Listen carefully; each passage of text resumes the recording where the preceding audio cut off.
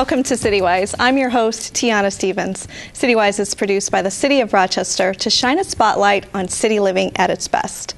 A group of data-driven teens in Rochester are gathering information about city neighborhoods and creating interactive maps that can be used to help make informed decisions in the community.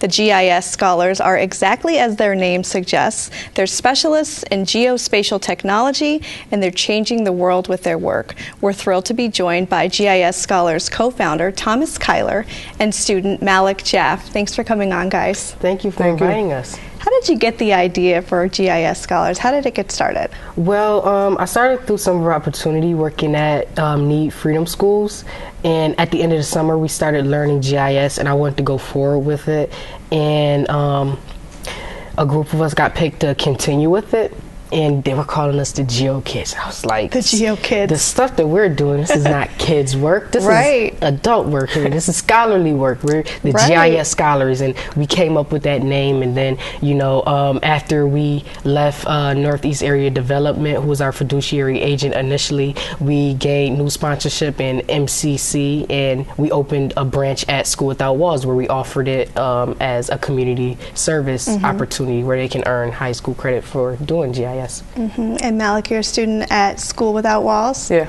what I'm grade in the are ninth you grade. You're in the ninth grade? So how did you hear about GIS Scholars, and why was it interesting for you?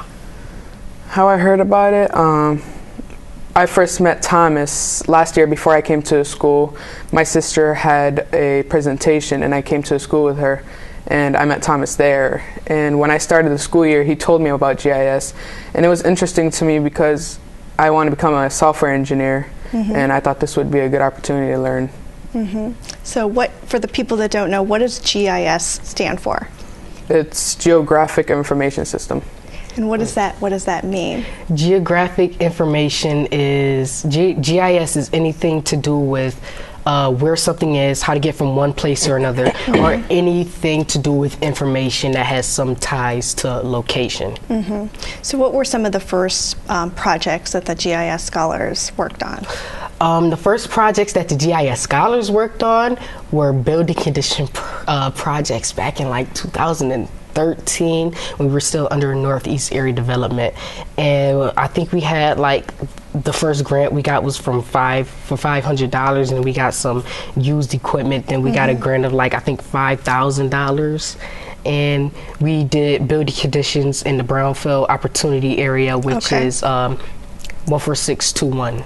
And we were stationed on Avenue D and North Clinton and Avenue D. And I remember it was like the sub shop right down the street that we used to go to every day. It was so good. Oh, that's convenient. So you said you had some donated equipment at the time. What sort of equipment are you using when you're going out in the community and gathering this data?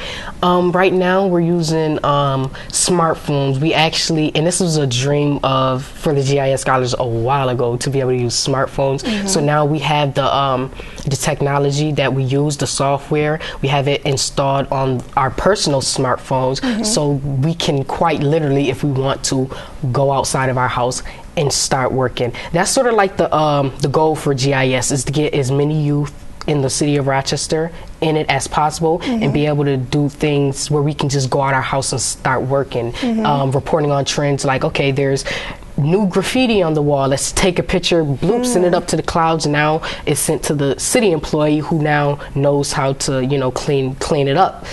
Or maybe go down the street, okay, there's a vacant lot right here, somebody dropped 50 cinder blocks because they didn't want to, you know, take it to the plant and, you know, pay to get it removed, and they can say, okay, so now we can just take a picture, send it to the city employees, so they don't have to come out, realize, okay, I'm gonna need a bigger boat to carry all this away, and have to go back and waste, you know, valuable time. Sounds like the possibilities for this information gathering is kind of endless. Malik, was there something that you learned before you didn't know, that you didn't know before you joined GIS Scholars about your neighborhood and your environment? Yeah, we did a map about the crime rates for 2012, 13, 14, I think. And that's it, I'm not sure. Yeah. What is your favorite part about being a GIS scholar? Mapping, it's cool. Mapping is your specialty. You know what's interesting, and because Malik isn't originally from Rochester, and I thought it was interesting that he got to see a lot of this, a lot of the Rochester trends, and he got to learn about it. Even though how long have you been living here?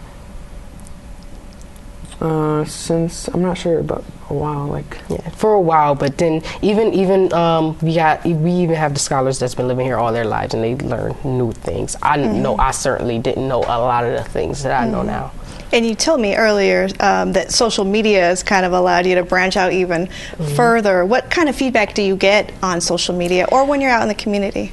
That's the funny thing, but I'll start with the social media. Social media, we have a social media following that, in the last time I checked, I think we have likes in 5 out of the 7 continents. Wow. So it is big, and that's why, and it's reflected in, I think that's reflective of the GIS scholars that we choose. Like, for example, Malik, how about you tell us where your parents are from? My mom was born in Morocco, and my dad's from Kurdistan.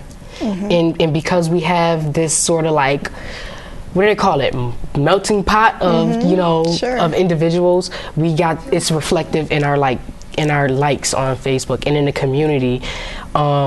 It's interesting because the people that approach us most, and it sounds scary at first, but the people that approach us most are drug dealers. And you're like, what are y'all doing around here? And we'll tell them what we're doing. Like when we were doing building conditions, we're doing building conditions so we can have the opportunity to give the city this information so they can focus their grants instead of putting it in the communities that don't need it, like in a Park Ave area. Maybe we can get those on Clinton, in the houses that really need repairing. And like, okay, well, you know what? I like what y'all doing. You're in your own neighborhood doing good things, and I appreciate that. And you, in fact, received a grant from the city to keep this work going. Is that right?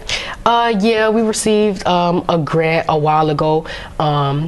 As you may know, grants run out very quickly, so we're looking at more opportunities. We actually recently just got a contract from Finger Lakes Health Service Agency to survey corner stores in the around specific schools to show what kind of goods they provide, if they're nutritious, if they have an influx of unhealthy things, and it was for their campaign to see if they could be possibly healthy kids intervention stores. Sure. And Thomas, I want to congratulate you on your recent very big honor. You won the Princeton Prize in Race Relations. Thank you. Tell us how geocoded data can play a role in the projects that you do, and what else can we learn from this information as far as, when we're tackling complicated social issues? Okay.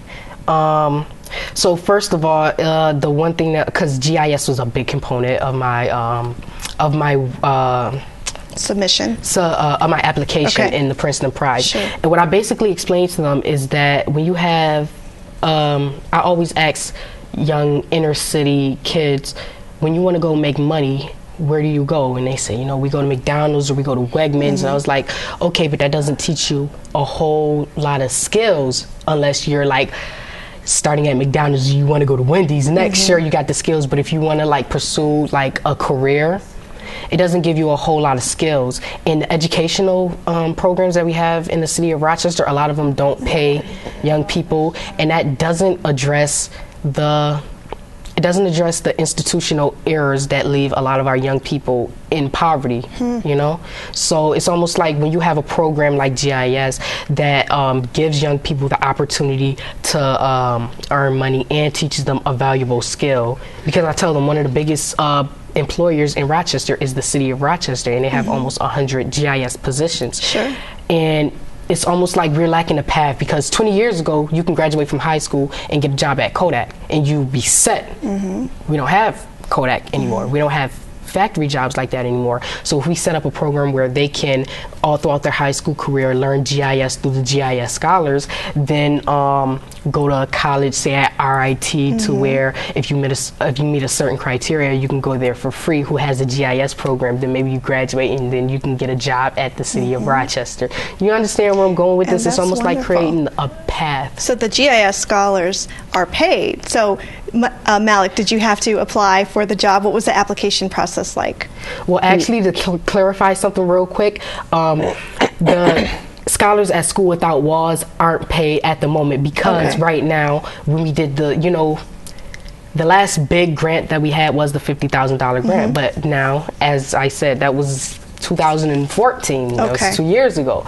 So now we're in a position where we need to find more money to pay our scholars, and it's really crazy, and I'm gonna be completely honest with you, because the $50,000 didn't go as well as I thought it was gonna go, because I didn't know as much about politics as I do now. And it's like we had to the way it worked was we secured the $50,000, but then we had to front the $50,000 and get reimbursed. And I'm just like, wait a minute, because for any organization, for any small organization, that's nearly impossible to do, front $50,000. And if you have $50,000 and you're not using it to already do what you want to do, are you really going to use it correctly when you understand what I'm saying? So some business lessons along the way.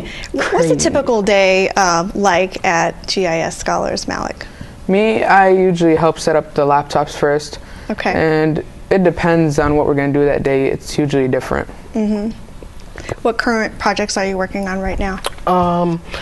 One of the most recent is the projects with the Finger Lakes and going out and surveying. That required a lot of we actually have an intern from St. John Fisher that needed some extra elective credit or maybe community service, I forgot exactly what, but he ended up interning at the GIS Scholars, and he was able to go out into the community, and actually he saw a lot of things that he didn't know. If you're not from the city, you don't know exactly what was going on, but if you're from the city, you kind of get an idea of what was happening. He was kind of like, oh, so that was interesting. Another project that we did was mapping Black-owned businesses. This shirt was actually purchased from a Black-owned business called Positive Prince. Shout out to Matthew Wagstaff and the whole Positive Prince crew. I got my Positive Vibes Only shirt on, and so we were really we mapped Black-owned businesses in the community. That's excellent. I'm going to have to stop you right there, unfortunately, because we're out of time. But thank you so much for the work you guys are doing in Rochester, and congratulations again, Thomas. If you'd like more information about GIS Scholars, be sure to follow them on Facebook and Instagram. You can also send them an email at gis-scholars@gis-scholars.org. We'll be right back.